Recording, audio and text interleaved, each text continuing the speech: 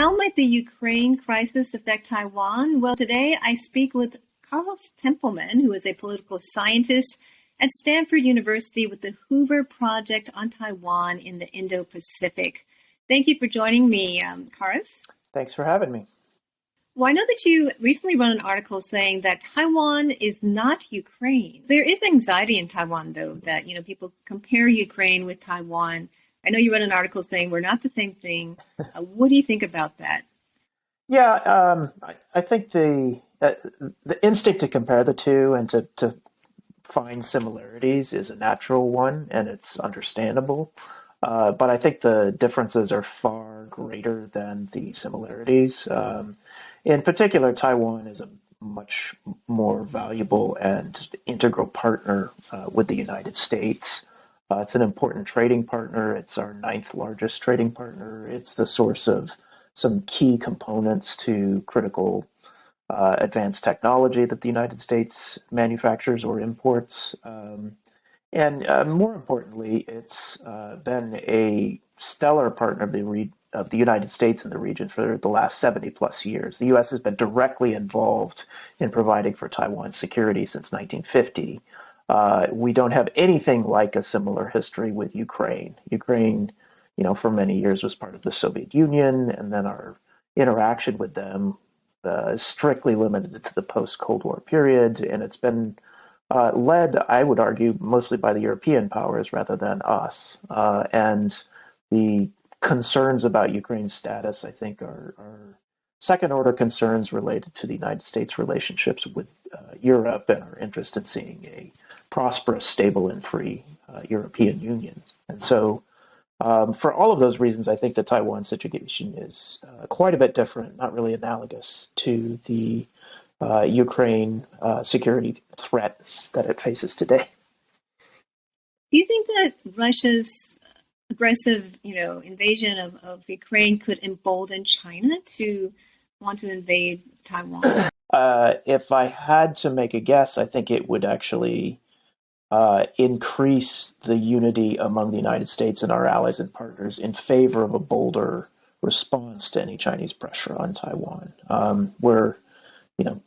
As I just argued, Ukraine is of lesser interest to the United States generally than Taiwan. And so if we're on the outside looking in at an incursion into Ukraine territory, we're going to be under much bigger pressure to respond to any kind of incursion into Taiwanese waters or airspace or, God forbid, Taiwanese territory. So, and I think the other piece here is that China knows that. The folks in Beijing know that Taiwan is a major, it's a place of major interest and concern to the United States and has been for a long time. There's a reason we continue to sell arms to Taiwan over vehement Chinese objections. There's a reason we continue to speak very carefully about our relationship with Taiwan, but do not concede to the Chinese position that Taiwan is part of China and should be under the rule of Beijing.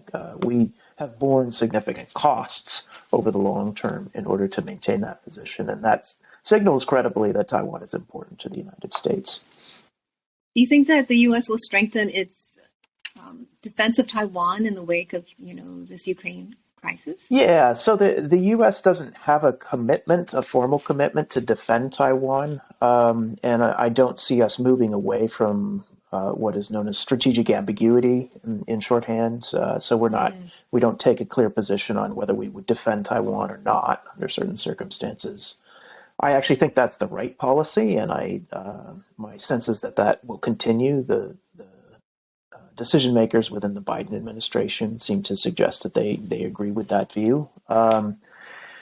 What we can do is take additional steps that do not violate our policy of strategic ambiguity.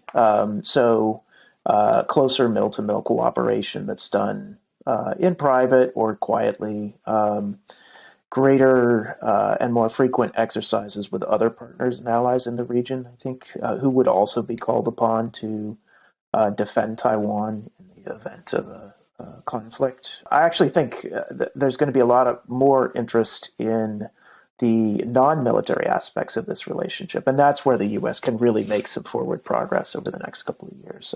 My hope is that there's discussion of a bilateral trade agreement or something that would involve steps up to that point that would further integrate Taiwan's economy with the United States and our other close allies and partners in the region. But that push, I think, has to come from the Biden administration, the U.S. side first. Taiwan has done a lot to indicate their openness to that, and it's incumbent upon the U.S. side then to reciprocate to that. Well, thank you so much, Kharis. Thank you so much for speaking with me. I've been speaking with Kharis Templeman, a political scientist at Stanford University with the Hoover Project on Taiwan in the Indo-Pacific.